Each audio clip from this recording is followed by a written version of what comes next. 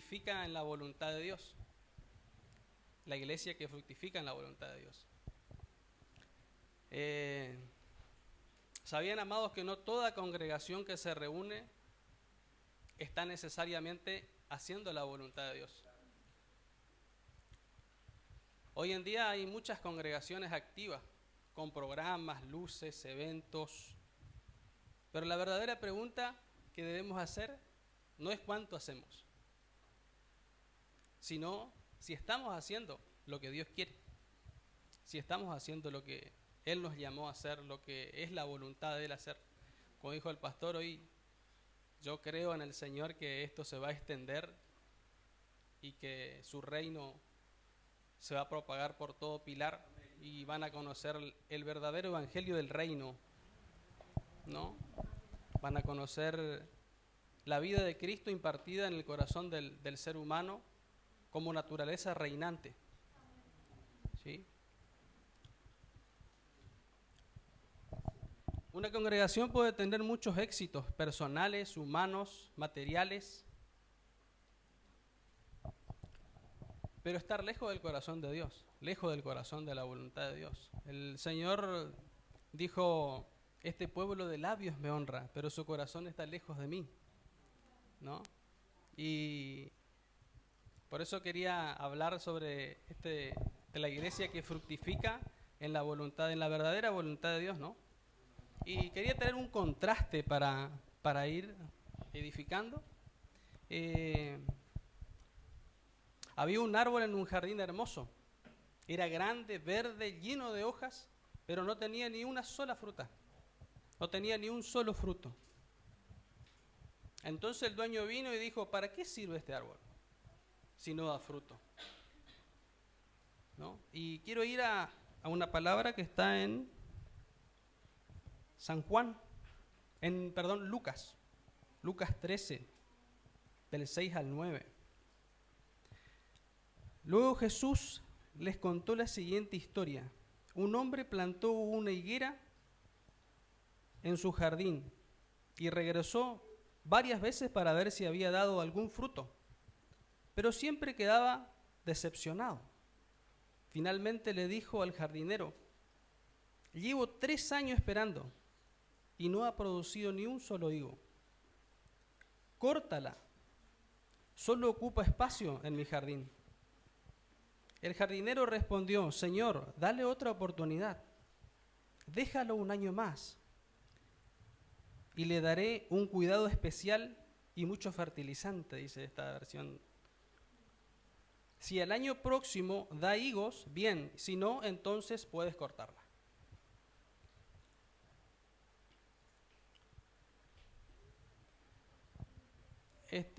Acá hay un contraste, digamos, adverso a lo que Él espera de nosotros, a lo que Él espera de su iglesia, ¿no? Hebreos 10:7 dice, entonces dije, he aquí que vengo, como está escrito de mí en el rollo del libro, para hacer, oh Dios, tu voluntad. Entonces, amado, Cristo tuvo que venir a este mundo a mostrarnos cuál era la verdadera voluntad de su Padre. En su cuerpo físico, frágil, débil, pero Él vino a mostrarnos y a enseñarnos que se puede hacer la voluntad del Señor en un cuerpo físico, por más que esté sujeto a debilidades, que esté sujeto al tiempo, que esté sujeto a cualquier adversidad o lo que pueda llegar a ocurrirnos. Amados hermanos, nuestro Padre de amor se encargó de inspirar por medio del Espíritu Santo a los profetas, a los reyes, sacerdotes en distintas épocas, y todos hablaron y escribieron acerca de la voluntad de Dios para nosotros. En la antigüedad, especialmente en el contexto del pueblo de Israel, las familias que entendían la voluntad de Dios vivían con sentido de propósito generacional. Ellos sabían que Dios tenía una promesa, el Mesías vendría, y muchos anhelaban participar de ese plan. Aunque no conocían todos los detalles, ellos vivían solo para hacer la voluntad de Dios. Entendían que su descendencia tenía un propósito eterno. Desde Abraham, Dios prometió que a través de su simiente serían benditas todas las familias de la tierra. Eso está en Génesis 12:3, Gálatas 3:16. Por eso tener hijos para ellos no era solo un deseo humano para llenar un vacío, sino un acto de fe en el cumplimiento de una promesa divina. Vivían con la expectativa de que en sus generaciones pueda venir el Mesías. Vamos a leer la palabra en Lucas 2:25 al 32. Ahí muestra, por ejemplo, Ana y Simeón en el templo. Dice, he aquí había en Jerusalén un hombre llamado Simeón, y este hombre justo y piadoso este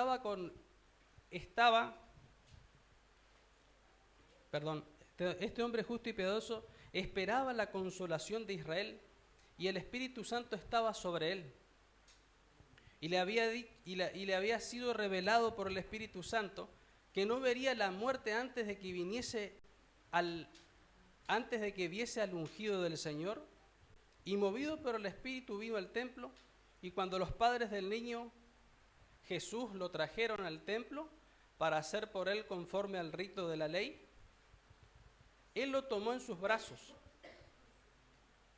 y bendijo a Dios diciendo, ahora, Señor,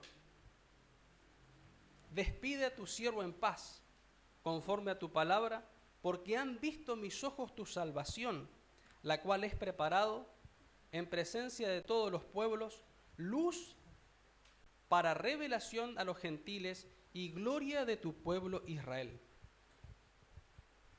Ellos eran personas que estaban conscientes del tiempo profético y esperaban activamente la manifestación de Cristo. Las familias enseñaban, por generación tras generación, enseñaban la ley mosaica, las promesas, los caminos de Dios a sus hijos. Deuteronomio 6, 6 y 7 está, ¿sí?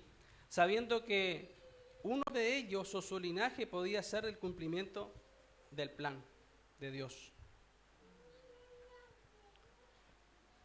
María y José, por ejemplo, fueron escogidos no al azar, sino porque vivían en obediencia y fe. Ellos permanecían en las Escrituras, en la ley, y sabían, tenían hijos con propósito, ¿no? Ellos tenían hijos con propósito eterno. José era descendiente de David y María fue favorecida por su corazón humilde y dispuesto. Lucas 1, 26 y 38. Así como ellos vivieron con propósito, hoy también Dios nos llama a vivir con esa visión eterna. Sabiendo que nuestros hijos, nuestras acciones y nuestras decisiones son parte del cumplimiento de su voluntad para esta generación. No esperamos la primera venida del Mesías, sino que ahora, por la impartición de su Espíritu a su iglesia, vivimos en Cristo para la manifestación y avance de su reino en la tierra. Dios siempre ha trabajado y todavía trabaja, dijo el Señor, ¿no? Mi Padre hasta ahora trabaja y yo también trabajo. Por generaciones, desde Adán hasta Cristo, y ahora a través de la iglesia, Dios busca formar familias que caminan en Él. ¿Sí? Amén. Amados, Dios no ve personas aisladas. Hoy vivimos en un mundo donde muchas personas están aisladas. No conocen el propósito que Dios tiene. Pero eso ha hecho el pecado original por un hombre que desobedeció a Dios. No están conociendo el propósito. No están conociendo la verdadera familia real que Dios pensó en su eternidad. Hoy acá, por ejemplo, como dijo, somos más de 30, 40, ¿no? Pero nosotros estamos entendiendo el propósito de Dios. Y qué glorioso sería que muchos pudieran conocer ese propósito eterno, ese reino. Como dijo el pastor, la piedra que derrocó todos los reinos, la piedra que vio Daniel, que era ese reino indestructible, inquebrantable, inmarcesible que va a gobernar y que está gobernando. Para nosotros podemos decir que Él está gobernando. Nosotros podemos escuchar muchas voces a nuestro alrededor, pero para nosotros Cristo reina. ¿Sí? Entonces Dios no ve personas aisladas. Dios, cuando ve una persona, Él ve en los lomos de esa persona, Él ve naciones. Él ve generaciones. Por eso nuestros actos y nuestras decisiones no deberían ser egoístas, ¿no? No, yo tomo esta decisión porque es mi pellejo y nada más. No, nosotros dejamos nuestra descendencia. Nosotros dejamos naciones. ¿Cuántas familias, cuántas mujeres, cuántos hombres pueden ser personas que estén en lugares de eminencia, ¿no? Pero no porque seamos evangélicos, sino por la vida que porta en ese lugar, para atrasar todo el sistema corrupto que hay que gobiernar en las instituciones, en los hospitales, en todos los lugares hay un remanente, ¿no? Pero la vida de una persona que está conociendo el reino, que está conociendo que porta una vida indestructible, puede hacer mucho, ¿no? Y es que Dios ve generacionalmente. Él no ve la vida de Daniel allá aislado, no ve la vida de Antonella por un lado, de Jeremías, no, Él está viendo generaciones en Cristo que van a expandir el reino, ¿no?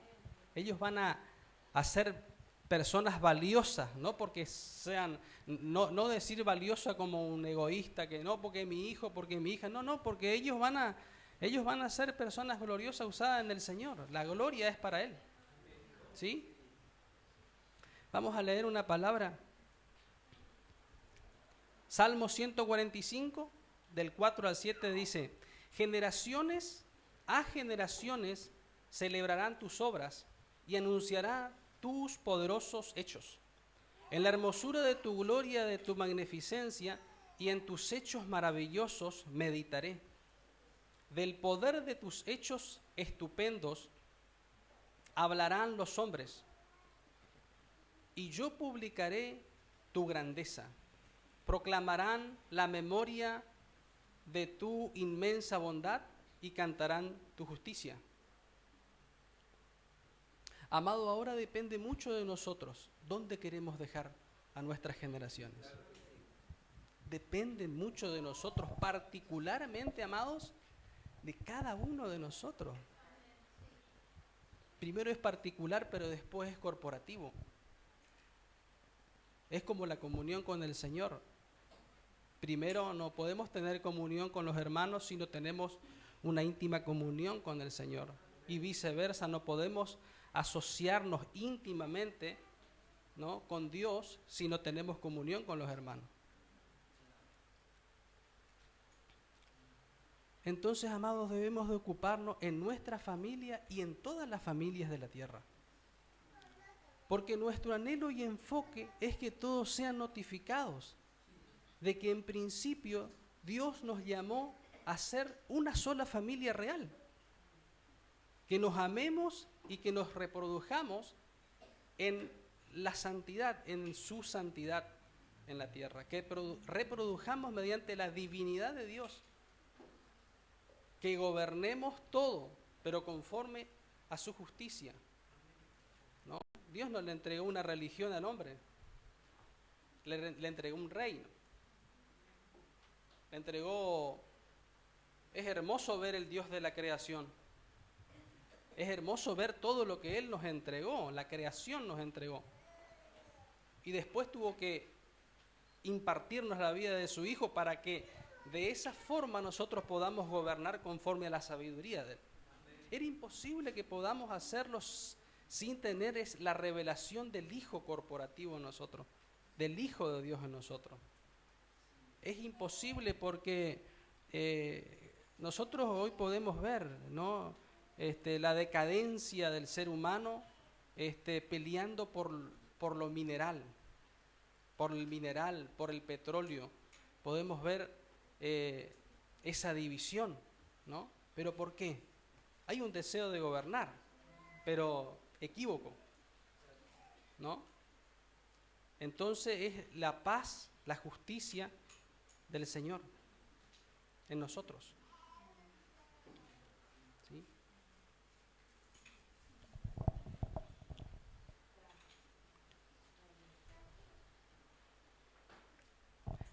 Las familias de la tierra nos tienen que importar tanto, amado, nos tienen que importar mucho, porque la familia es la base donde su reino avanza. Es una plataforma espiritual para multiplicar el conocimiento y el propósito de Dios. O sea, la familia es donde el Señor trabaja para formar el carácter de su Hijo en cada uno de nosotros. En una sola persona, en un solo espíritu en Cristo.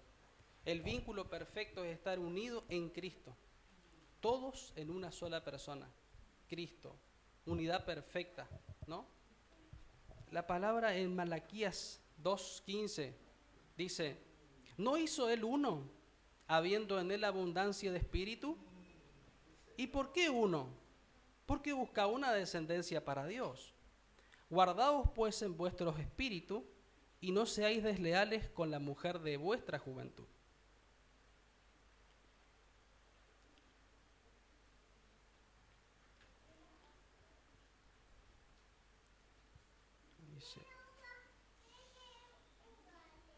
Entonces, amados, en esta generación, en nuestras generaciones, nosotros debemos de, en el vínculo del uno, multiplicar la simiente de Cristo. Y esto no se trata de ser muchos, porque podemos ser muchos, pero no estamos en la misma mente y en el mismo parecer. No estamos en el uno que guía a toda verdad, el que nos guía en toda sabiduría. ¿Sí? Una sola persona en Cristo, la iglesia es gloriosa, si lo vemos así, de esa forma.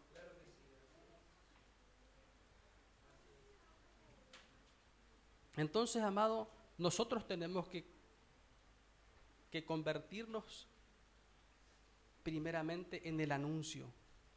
Ese anuncio de Cristo que hay, el anuncio. A veces la proclamación, el anuncio, ¿no? La predicación, el reino. Predicamos mucho, estamos hablando mucho estos tiempos, sobre todo, ¿no? Pero Él es. La proclamación es Él. Él se proclama en cada uno de nosotros. Por eso es cada uno de nosotros. Él se proclama a través de nosotros. Él se predica a través de nosotros y su reino avanza, ¿no? Porque somos las semillas de ese reino. Y vamos sembrando esa semilla y esa semilla va creciendo y se va aumentando, ¿no? Hoy somos portadores de la simiente de Cristo, no solo físicamente, sino espiritualmente, y nuestro propósito es manifestar su vida, extender su reino y así cambiar el universo.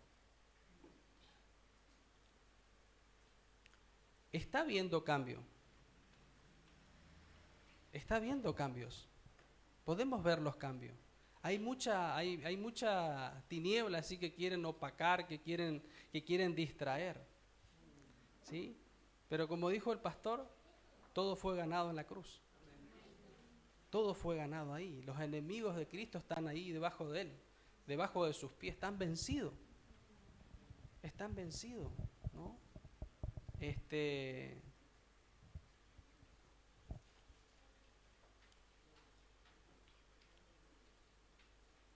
Colosenses 1:27 dice, a quien Dios quiso dar a conocer la riqueza de la gloria de este misterio, entre los gentiles, que es Cristo en vosotros, la esperanza de gloria. Entonces, cuando proclamamos, discipulamos, predicamos, vivimos y criamos hijos en la fe, estamos multiplicando la simiente del reino en la tierra para el beneficio de la iglesia y de su reino. ¿Sí?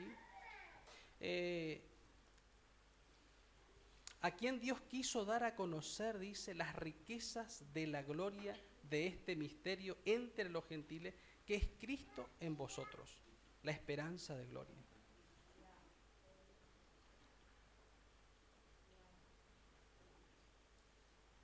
El misterio de la piedad, ¿no? Dice Pablo en otros pasajes, que es su iglesia que está en un cuerpo, como dijimos, físico, pero porta esa vida indestructible. Ese es el misterio de la piedad. Las personas tienen que ver a Cristo en cada uno de nosotros, tienen que ver a Cristo en su iglesia, ¿no? Que pueda dejar de ser un misterio Dios para ellos, tanto para nosotros, sino que puedan verlo, que puedan palparlo, que puedan tocarlo, porque hay amor de Dios en su iglesia. Hay amor de Dios en su iglesia. Hay justicia de Dios en su iglesia, ¿no? Entonces somos llamados a dar fruto eterno para Dios. Somos llamados a dar frutos eternos para Dios. Juan 15, 16 al 17 dice, no me elegisteis vosotros a mí, sino que yo os elegí a vosotros y os he puesto para que vayáis y llevéis fruto, y vuestro fruto permanezca, para que todo lo que pidiereis al Padre en mi nombre, Él os lo dé. Esto os mando, que os améis los unos a los otros.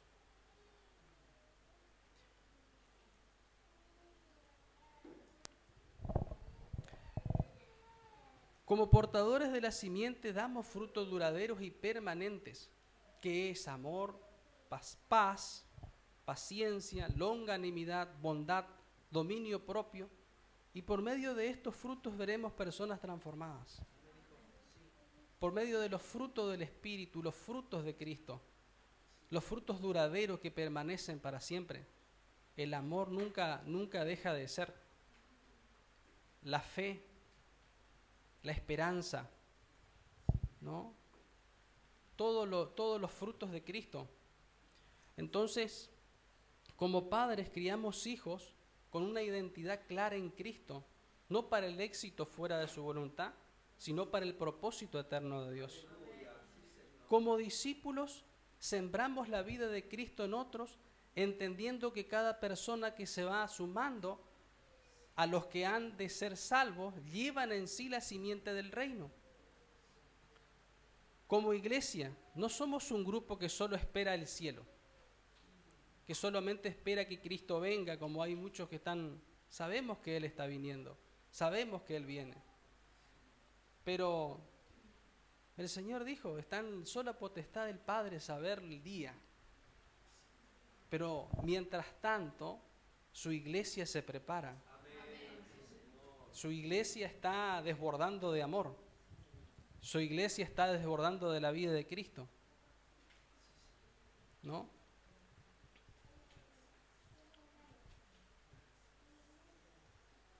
Somos una familia que porta y multiplica la vida de Cristo en la tierra.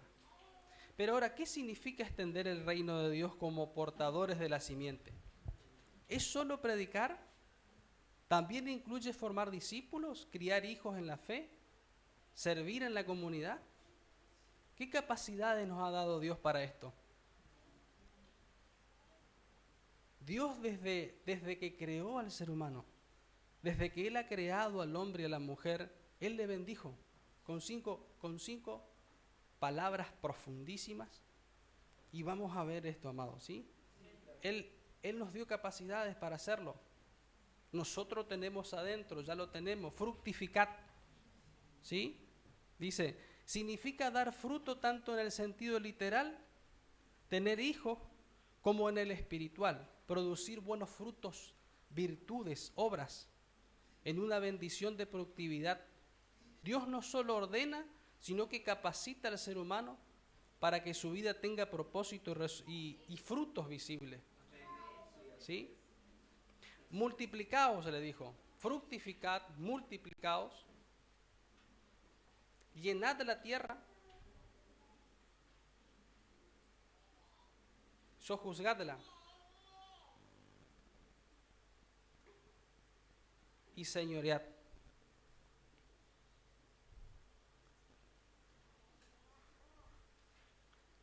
Multiplicaos implica crecer en número, aumentar, expandirse. Va más allá de la reproducción física y puede aplicarse a expansión de influencia, legado, comunidad. La multiplicación también debe interpretarse espiritualmente, como en el llamado a ser discípulos y extender el reino de Dios. Llenad la tierra, dice. Dios desea que el ser humano ocupe y habite toda la tierra, no solo físicamente, sino llevando consigo la imagen de Dios. Es lo que se había perdido de la imagen. Entonces, que lleve consigo su imagen, su cultura, sus valores, su justicia y sabiduría. Llenar la tierra es dispensar lo bueno, lo justo, lo divino por toda la creación.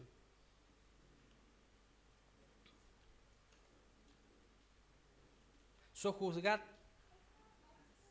someter, gobernar con dominio responsable, no con opresión. Es un mandato de ejercer autoridad sobre la tierra, controlando y canalizando sus recursos de manera sabia. Este término implica trabajar, ordenar y administrar bajo los principios de Dios.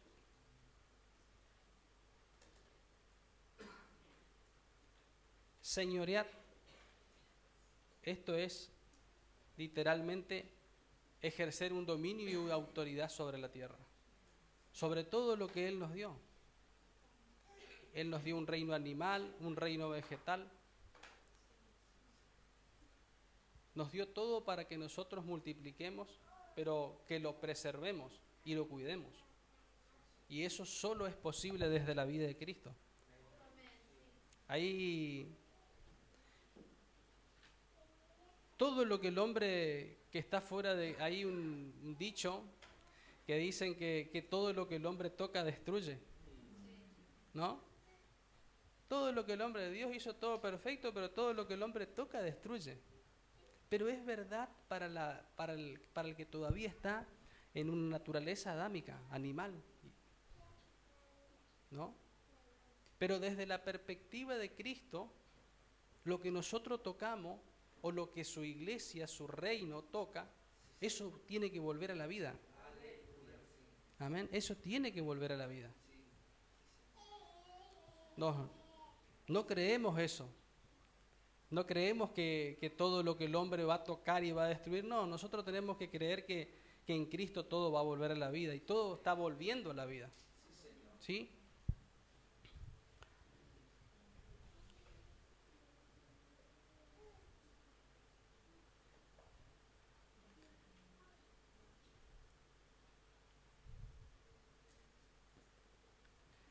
Estas bendiciones no es solo una concesión divina, sino una comisión.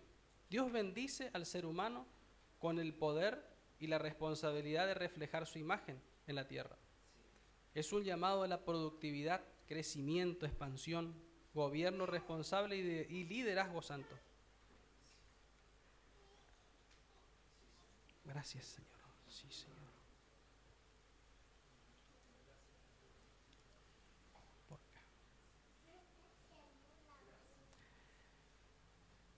Extender el reino no es solo mantener lo recibido.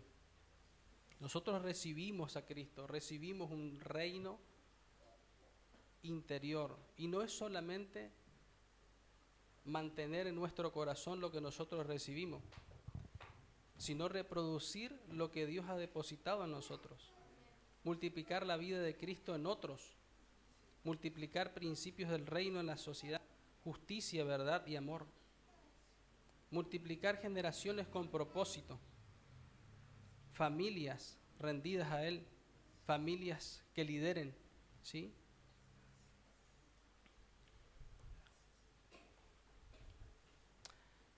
Ahora, por ejemplo, hay 3 preguntitas, ¿no? Hay 3 preguntas para todos nosotros.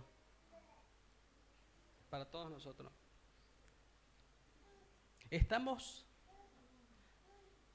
Primero, si estamos portando la simiente de Cristo a nosotros.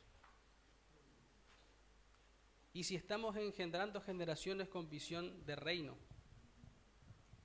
Y si estamos multiplicando o reteniendo lo que Dios nos dio. Ya no hay que esperar nada, amados. Ya lo tenemos todo en Él. Ya lo tenemos todo en Cristo. Es la simiente prometida a Abraham y ahora por medio de la fe, esa simiente habita en nosotros. No es una semilla física, sino espiritual. Es la vida de Cristo en nosotros, el poder del reino, el carácter de Dios y el propósito eterno del Padre. Somos, como dijo Pablo, vasijas. Somos como vasijas de barro, pero que portan un tesoro. Y ese es Cristo, ¿no? No para que lo tengamos guardado, sino para que lo multipliquemos. Así como un campo no fue hecho para conservar semillas en una mano, sino para verlas morir y crecer y multiplicarse. También nosotros hemos sido llamados a extender el reino, sembrando la vida de Cristo en nuestras casas, en las calles, en las congregaciones. No fuimos llamados a mantener la fe como un tesoro escondido, sino a manifestar a Cristo en cada vida, en la crianza, en el trabajo, en el ministerio, en el servicio. Y esto tiene que ser todos los días, diariamente.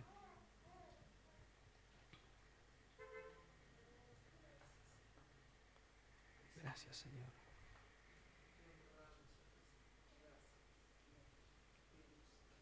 Gracias, Señor. Entonces, amados, la voluntad de Dios es buena, agradable y perfecta, ¿no? María, por ejemplo, hay un ejemplo, dice, como María que dijo, he aquí la sierva del Señor, hágase conmigo conforme a tu palabra, ¿no? La gracia sobreabundante que operó en ella es la misma gracia sobreabundante que opera hoy en su iglesia. Es la misma voluntad que ella tuvo, es para nosotros hoy. Que Cristo sea nuestro camino a seguir todos los días. Que podamos mirarlo simplemente a Él. Siempre lo miramos a Él, fijando nuestros ojos en Él. Y es la única forma que podamos multiplicarnos desde la perspectiva de Dios, ¿no? Bueno, hasta acá yo tenía parte, es lo que Dios preparó para este tiempo. Y gracias al Señor por sus corazones. Gracias por recibirnos. Gracias por las oraciones. Así que bueno, vamos.